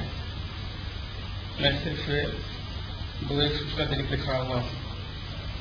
आपने जो कुछ भी सुना वही वास्तव में आज के उत्सव का ज्यादा महत्वपूर्ण विचारधारा आपके सामने प्रस्तुत किया गया है। और मैं समझता हूँ कि आप लोग कल से अपनी अपनी शाखा में जाएंगे और संघ स्थान जो इस समाज का, इस हिंदू समाज का जो संस्कार का स्थान है, वहां पर उचित संस्कार आप प्राप्त करेंगे और उसके द्वारा अपने हिंदू समाज को जो परम व्यवहार पहुंचाने का जो अपना एक प्रतिज्ञा है, जो क्रम है, उसको आप कभी कर सकते हैं।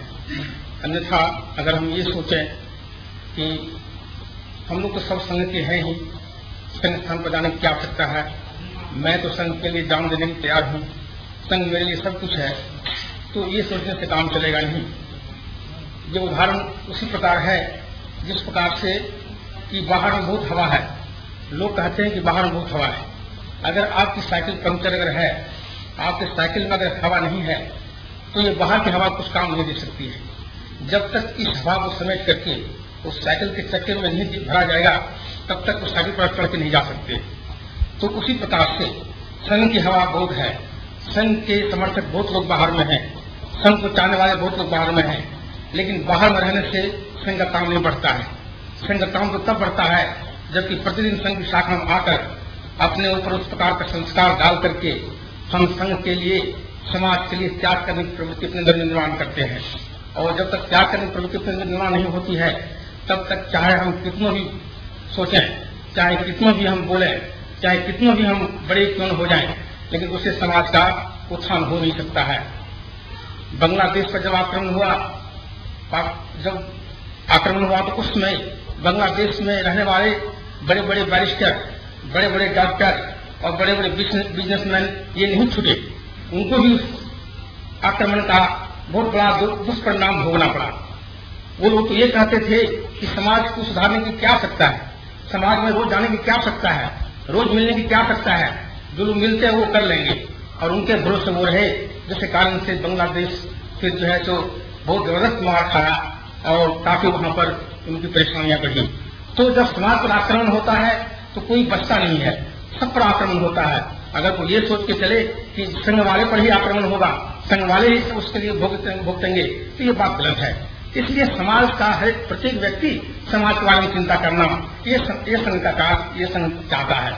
तो उसी दृष्टि से अब मैं जब कृष्ण मोहन जी से पूछता हूँ कि भाई आपके संघ की शाखा संख्या कितनी थी, तो जब वो बोलते हैं 15, 10, 12, तो इतने बड़े गिरेट बाजार में एक संघ की शाखा संख्या 10-12 अगर हो, तो वास्तव में थोड़ा सा मन में थोड़ा सा अपने को बड़ा दुख होता है कि जिस गिरेट बाजार में संख्या 100 संख्या रहती थी, 2-3 शाखा जहाँ पर चल सकती है, ऐसे गिरेट बाजार में एक प्रभाव शाखा चलती है।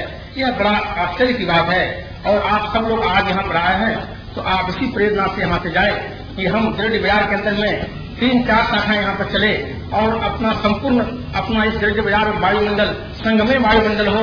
और इतना ही नहीं, इस वायुमंडल के प्रभाव से हमारे आसपास की बस्तियों ही संघ की शाखा खुले और यहाँ पर खुल करके हम अपने देश को इस सूत्र में बांध लें, अपने देश के अंदर संघ की शाखा चलने वाले सूत्रों में अपने को हम बांध लें। जिस प्रकार उन्होंने कहा कि बिंदु का तो अगर बिंदु अलग हो गया तो वो सूख जाएगा, अगर वो बिंदु समुद्र में अगर मिल जाता है तो उसका बराबर उसका अस्तित्व कायम रहता है। तो इस प्रकार से अपने को अपना बिंदु को समाज सागर में अगर मिला दिया तो उससे फिर और अपना जीवन से लक्ष्य क्या हो सकता है। लोग बहुत दुनिया में बहुत प्रकार के लोग हैं। अपने देश के अंदर बहुत बड़े बड़े साधु हुए, बहुत बड़े बड़े ऋषि हुए, तपस्वी हुए, किसी ने भगवान का दर्शन भी किया होगा, तो भगवान के दर्शन करने के लिए बहुत बड़े बड़े योग किए होंगे, आसन किए होंगे, तपस्या किए होंगे। लेकिन डॉक्टर साहब ने कहा कि सिर्फ अपने मोक्ष को अपने को प्राप्त करने के लिए, सिर्फ अपने मोक्ष के लिए हम कोई काम करने वाले नहीं है। परम पूज्य गुरु जी जब ये अपना इच्छा प्रकट किए कि नहीं मैं तो हिमालय जा रहा हूँ, वहां पर मैं जो है तो मैं मोक्ष प्राप्त करूंगा, तो डॉक्टर साहब ने कहा कि अगर आप सिर्फ मोक्ष प्राप्त कर लिए उसे समाज को क्या फायदा होगा। इसलिए आप अपने व्यक्तिगत जो आपकी जो लालसा है, जो इच्छा है, वो उसको आप त्याग करके सामाजिक अपने व्यक्तिगत इच्छा को सामाजिक इच्छा में आप परिणत कीजिए और समाज को आगे बढ़ाइए, समाज को उन्नत कीजिए। इसी में आपका जो है मोक्ष प्राप्त होने का जो है सबसे बड़ा स्वाद प्राप्त होगा। तो गुरु जी ने इस बात को समझा कि वास्तव में अगर हम हिमालय जाकर के वहां पर बड़ा वहां साधु का हम रैंक में हम चले आते हैं, महंत के रंग में चले आएंगे, लेकिन समाज को हमने क्या दिया। इसलिए समाज को एक सूत्र में बांधने का प्रतिज्ञा उसी में गुरु जी ने लिया और डॉक्टर साहब के कहने पर। उसी प्रकार से हम लोग भी चाहे कोई कितने बड़े क्यों है, चाहे वो बहुत बड़े विद्वान होंगे, चाहे वो बहुत बड़े धनी होंगे, चाहे वो बहुत बड़े पहलवान होंगे, चाहे बहुत बड़े कोई वक्ता होंगे, चाहे कुछ भी होंगे, लेकिन व्यक्तिगत अगर आप में वो गुण है उस गुण को जब तक आप समाज को नहीं देते हैं, जब तक समाज उससे फायदा आप नहीं उठाता है, तब तक वो मैं उसको विदा समझता हूँ। इसलिए प्रत्येक अपने हिंदू समाज के व्यक्ति का ये कर्तव्य है कि आज की अवस्था में जबकि आप जानते हैं कि अपने भूतपूर्व प्रधानमंत्री और उसके जितने उनके पिताजी हुए पंडित जवाहरलाल नेहरू का सबसे ज्यादा पहला लक्ष्य था कि संघ को बर्बाद करने का, लेकिन संघ के संस्कृत त्यागी और पक्षी होने के कारण आप संघ को बर्बाद होने से बचाया और इसको फिर से जागृत किया, फिर से इसको और दुगने गति से बढ़ाया। अभी अपने संपूर्ण देश में संघ की शाखाओं की संख्या बहुत ज्यादा बढ़ गई है। प्रतिबंध के परिषद की संख्या भी उसकी आज उससे अधिक संख्या है। आज अपने अंदर में अधिक उत्साह है, आज अपने समय अपना वातावरण बहुत अनुकूल है। इस अनुकूल वातावरण में हम सबको आगे जल्दी बढ़ना है, नहीं तो फिर हो सकता है कि आगे का दिन और विकट आवे। जिस प्रकार से समाज में लोग और आगे जो बढ़ रहे हैं, उस प्रकार से अगर हम उस गति से आगे अपने को बढ़ेंगे तो फिर हमारा समाज जो है सो मार खाता रहेगा और फिर हमें और उसका फिर कष्ट झेलने पड़ेंगे। इसलिए संघ जो है ये बहुत अच्छी बात है। अपने ऐसा कहा गया है कि जिदायदा ही धर्म से जहां से भक्ति भारत अपनुत्थान धर्म से हम अपने डॉक्टर साहब हुए जिन्होंने संघ की स्थापना की। आज अगर संघ नहीं रहता तो फिर जनसंघ कहां से होता, फिर विद्यार्थी परिषद कहां से होता, फिर विश्व हिंदू परिषद कहां से होता, फिर इस समाज में हिंदू कहने वाला कोई पैदा नहीं होता। ये तो लोग ऐसे सब लगे हुए थे कि समाज से हिंदू कहने वाला को मिटा ही दो, सब समझो कि मैं आदमी हूं, मानवता हूं। भाई मानवता क्या? जब तक आपने रूस में भी जब आक्रमण जब हिटलर ने किया तो वहां के लोगों को भी कहा गया कि तुम इस देश के पुत्र हो। वहां पर भी पुत्र की भावना जब वहां पर दिया स्टालिन ने, तब जाकर के वो रूस जो है तो जर्मनी को हरा सका।